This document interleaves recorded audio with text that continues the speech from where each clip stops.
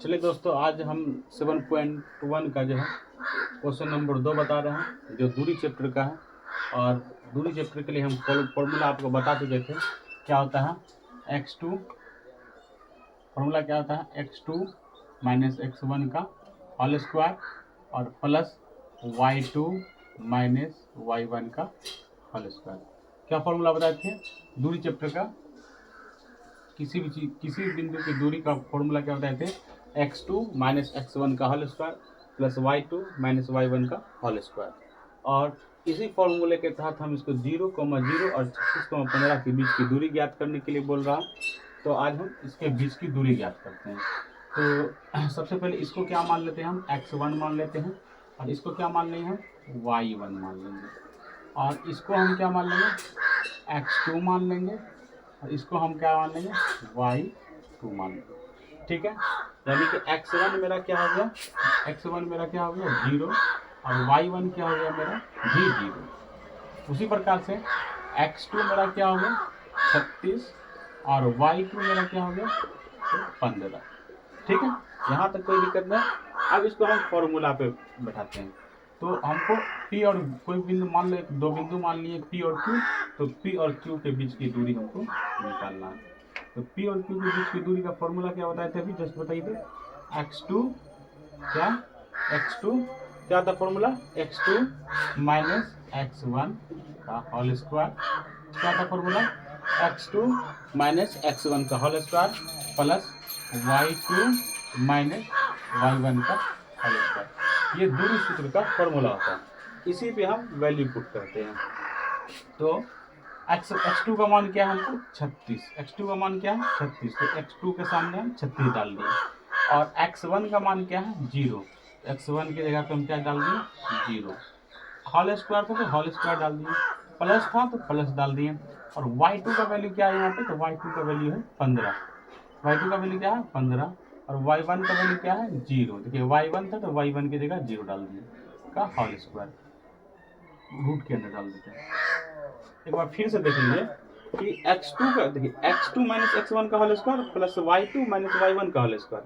x2 का value क्या था? 36। तो x2 की जगह हम क्या डाल दिए? 36। और x1 का वैल्यू क्या था? 1। तो x1 की जगह हम क्या डाल दिए? 1। पावर एक था स्क्वायर, पावर 2 दे दिए। ठीक है, उसी प्रकार से y2 का वैल्यू था आपको, y2 का वैल्यू 15 था। और y1 का 15 y2 के सामने 15 दिए। और y1 का वैल्यू 0 था तो y1 के सामने क्या दे दिए? 0 दे दिए। यहाँ तक क्लियर हो गया। इसके बाद हम इसको सॉल्व करते हैं। इसका हम क्या करते हैं? इसको सॉल्व करते हैं। तो 36 में अगर 0 घटाएंगे तो क्या आएगा? 36। पावर स्क्वायर का स्क्वायर डाल दें, प्लस 15 का अगर हम स्क्वायर निकालते हैं, 15 में 0 घटाएंगे तो 15 ही होगा। अब आपको 36 का स्क्वायर क्या होता है? तो 36 को का स्क्वायर जो होता है यहाँ पे रफ लिख देते हैं, ROU। मान लीजिए 36 को अगर 36 से हम मल्टीप्लाई करते हैं, 36 को 36 से मल्टीप्लाई करते हैं, तो 36 को 6 बार मल्टीप्लाई करते हैं तो 36 छाके 216, यानी 216। और हम 6 लिख दिए, बस हाथ में क्या रह गया मेरा? 21। 36 छाके 216, हाथ में क्या रहेगा? 21। और 36 किया 108। 108 में अगर हम 21 जोड़ते हैं तो 21 8 29, यानी कि 129। यानी 36 का स्क्वायर क्या हो गया हमको? तो 129 हो गया। क्या हो गया 36 का स्क्वायर? तो सॉरी 1296 हो गया। 36 का स्क्वायर क्या हो गया? 1296 प्लस। और 15 का स्क्वायर क्या हो गया मेरा? और 15 का स्क्वायर क्या होता है? 15 इंटू 15 करते हैं तो 225 होता है। 15 का स्क्वायर क्या होता है? 225। अब अगर हम इस दोनों को कैलकुलेट करते हैं, इसको मिटा देते हैं। अगर हम इन दोनों को कैलकुलेट करते हैं तो कितना आ जाता है? तो p q equal to root अंदर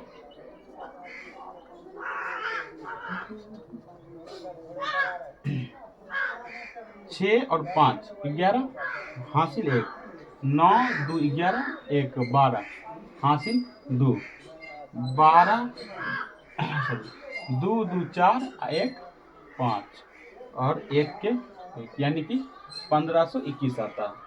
पी और क्यू का वैल्यू माना पी और क्यू का वैल्यू आ गया। इसके बाद आपके चैप्टर में बोल रहा है कि चैप्टर में क्या बोल रहा है? चैप्टर में बोल रहा है आपको कि अनुच्छेद 7.2 में दोनों शहरों ए और बी के बीच की दूरी ज्ञात करना है। तो हम अनुच्छेद 7.2 में जाते हैं। दरअसल अनुच्छेद नहीं है, आकृति दिया हुआ आपके बुक में। आप एनसीईआरटी का बुक उठाइएगा तो आकृति 7.2 दिया हुआ है, तो एक बार आकृति आप चेक कर लीजिएगा। तो आकृति 7.2 हम बना देते हैं यहाँ पे।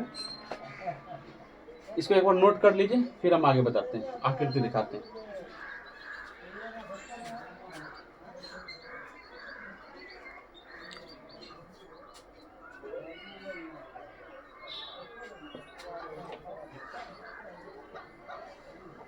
मिटा दें तो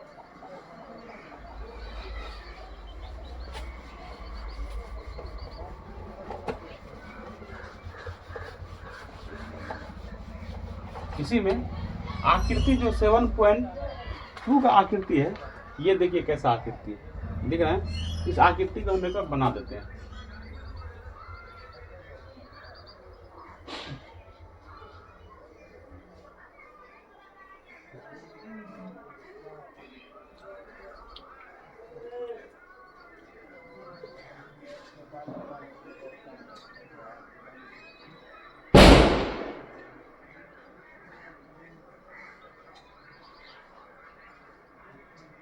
ठीक है,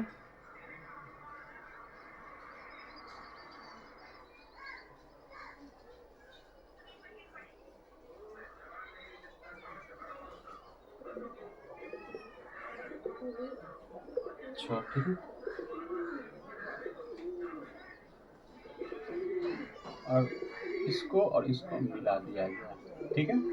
और ये जो है आपको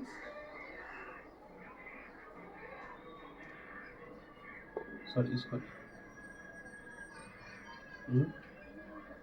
4 और 3 को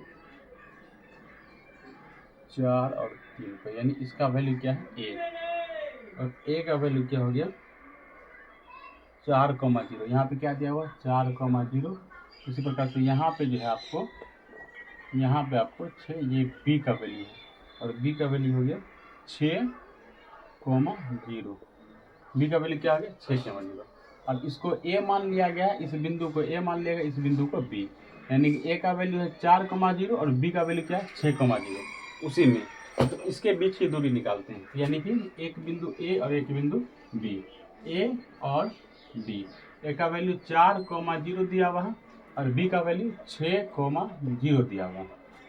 सॉरी, इसको थोड़ा बड़ा लिख देते हैं, 4,0 6,0। ठीक है। अब इसमें करना क्या है कि इस दोनों के बीच का दूरी ज्ञात करने बोल रहा है। तो फॉर्मूला क्या होता है, दूरी बराबर फॉर्मूला क्या होता है, दूरी बराबर फॉर्मूला क्या होता है, तो x2 माइनस x1 का whole square plus y2 minus y1 का होल स्क्वायर। x2 जो है आपको x2 का वैल्यू क्या है, तो इसको हम क्या मानते हैं x1 और इसको y1, और इसको क्या मानते हैं, इसको रफ कर लेते हैं। इसमें x1 ये हो गया और y1 हो गया, ये क्या हो गया x2 और ये क्या हो गया y2। यानी x1 के लिए x2 का वैल्यू क्या है 6, तो 6 माइनस x1 का मान क्या है 0, x2 6, x1 का मान 4। क्लियर, x2 6, x1 का मान 4 प्लस होल स्क्वायर प्लस फिर क्या है y2 का मान है 0 और माइनस y1 का क्या मान है, y1 का वैल्यू भी क्या है 0 का होल स्क्वायर। अब इन दोनों को हम निकालते हैं तो 6 में से 4 गया 2 का होल स्क्वायर, और 0 को 0 करेंगे तो प्लस 0 ही होगा। मान लीजिए इसको क्या होगा निकालेंगे तो 2 दूना 4, और 4 को अगर हम वर्ग से निकालने के लिए क्या करते हैं, जोड़ा लगाते हैं, 2 × 2, और इसका एक जोड़ा निकलेगा और इसका एक जोड़ा निकलेगा, और इसका आंसर क्या हो जाएगा 2। इसका आंसर क्या हो जाएगा 2। ये आपको क्लास 10th का एनसीईआरटी का 7.1 का 2 नंबर का फुल्ली आंसर दिया हुआ है। अगर आपको अच्छा लगा होगा तो लाइक करें, कमेंट करें और शेयर करें। और अगर किसी भी प्रकार का इसमें थोड़ा सा भी प्रॉब्लम होगा तो आप हमको कमेंट पे बताएं, और आपको किसी भी क्वेश्चन में डाउट होगा तो कमेंट पे बताएं, उसका सॉल्यूशन आपको मिल जाएगा।